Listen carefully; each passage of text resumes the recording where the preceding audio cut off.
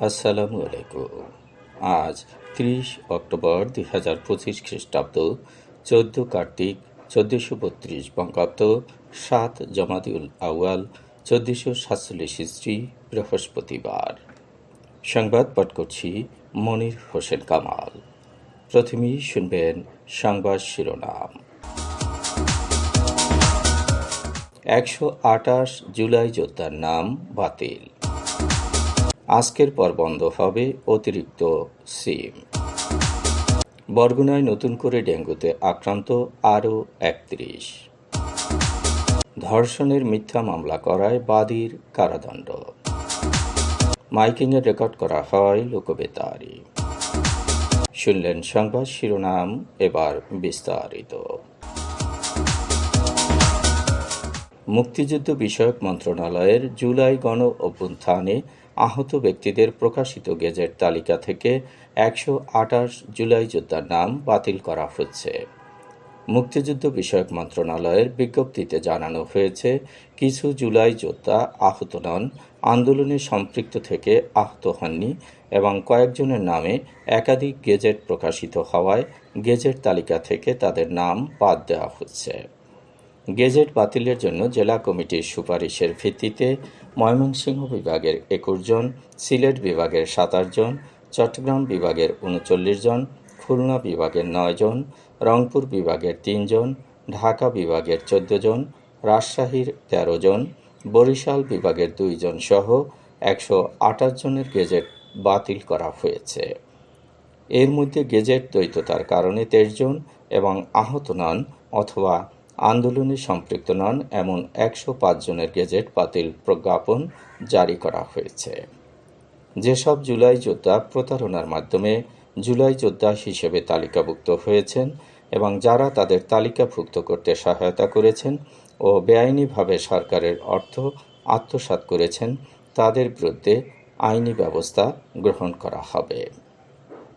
বাংলাদেশ টেলিযোগাযোগ নিয়ন্ত্রণ commission BTRC আগেই জানিয়েছিল, ৩০ অক্টোবরের পর থেকে কোনো এনআইডিতে ১০টির বেশি সিম থাকলে অতিরিক্ত সিমগুলো স্বয়ংক্রিয়ভাবে বন্ধ করে দেয়া হবে। সেই হিসেবে আজকের পরই বন্ধ হয়ে যাবে অতিরিক্ত সিম।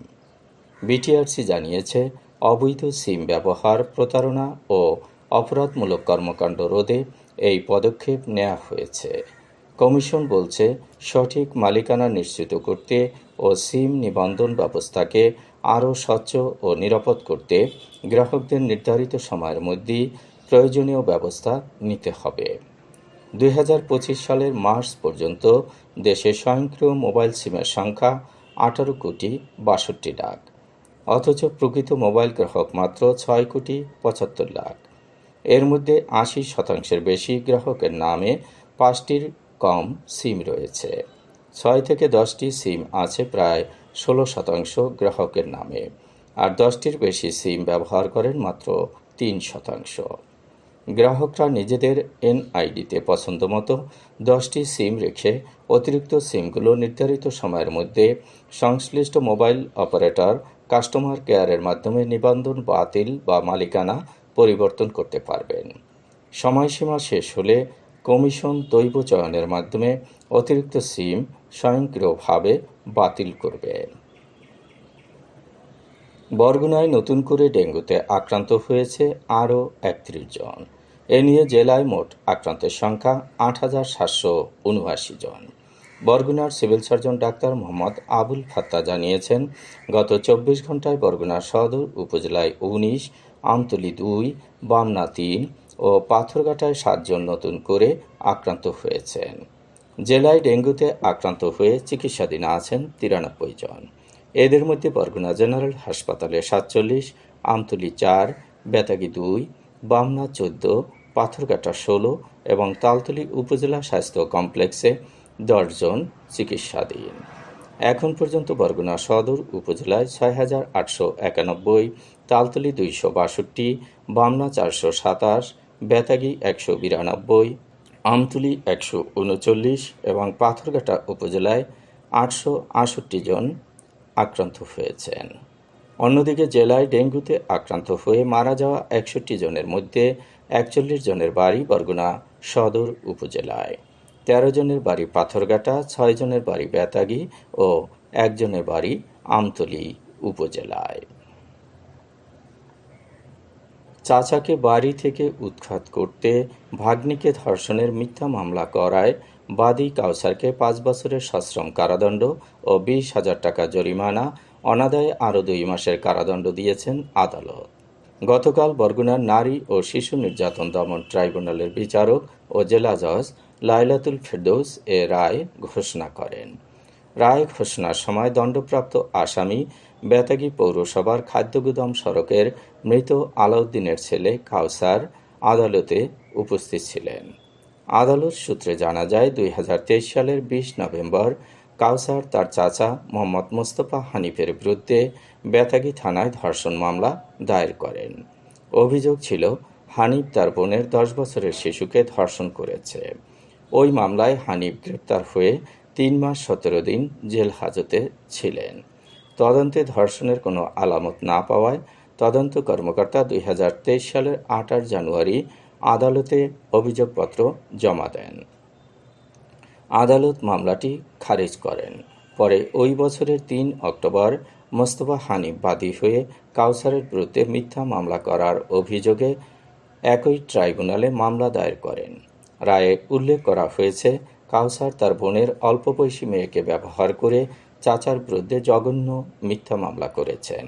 এতে ভুক্তভোগীর অপূরণীয় ক্ষতি হয়েছে। এমন ঘটনার পুনরাবৃত্তি ঠেকাতে এ রায় শিক্ষণীয় উদাহরণ হয়ে থাকবে। রাষ্ট্রপক্ষের আইনজীবী পিপি রঞ্জুয়ারা শিপু বলেন, মোস্তফা হানিফ আগে সৌদি আরবে একটি জাহাজের ক্যাপ্টেন ছিলেন। মিথ্যা মামলার কারণে তিনি চাকরি হারিয়েছেন। মাইকিংয়ে রেকর্ড করা হয় লোকবেতারে। সুমধুর ও সুস্পষ্ট কণ্ঠে মাইকিংয়ের জন্য লোকবেতারের বিকল্প নেই। লোকবেতারের সাউন্ডপ্রুফ স্টুডিওতে করা হচ্ছে গান ও নাটকের রেকর্ড। সেই সাথে লোকবেতারে নামমাত্র টাকায় প্রচার করা হচ্ছে বিজ্ঞাপন। ১৫ সেকেন্ডের বিজ্ঞাপন প্রচারিত হচ্ছে মাত্র ৫০০ টাকায়।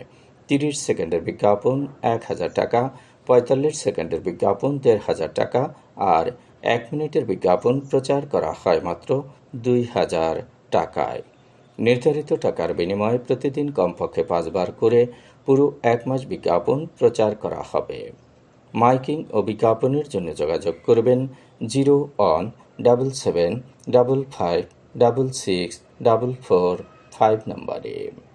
এবারে শুনবেন আবহাওয়ার খবর।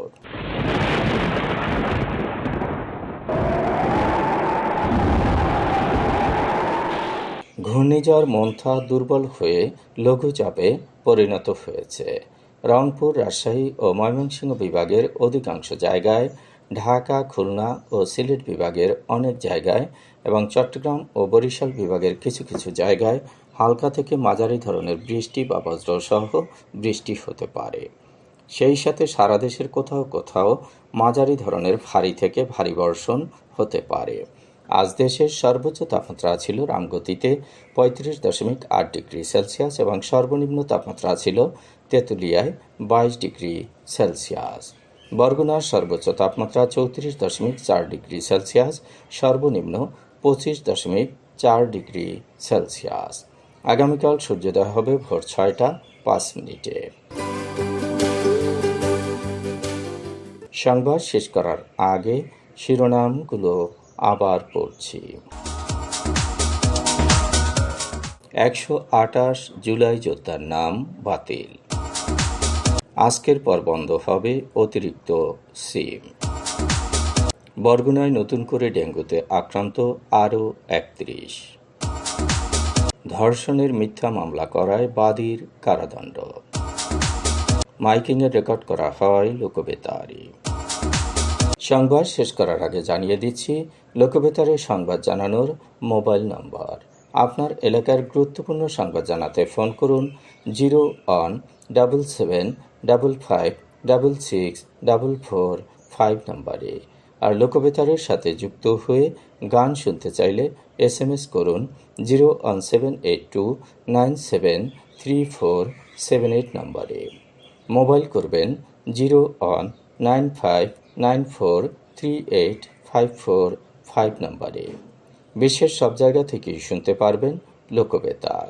লোকবেতার fm.org ওয়েবসাইটের মাধ্যমে শুনুন সরাসরি অনুষ্ঠান। সংবাদ পাঠ এখানেই শেষ করছি।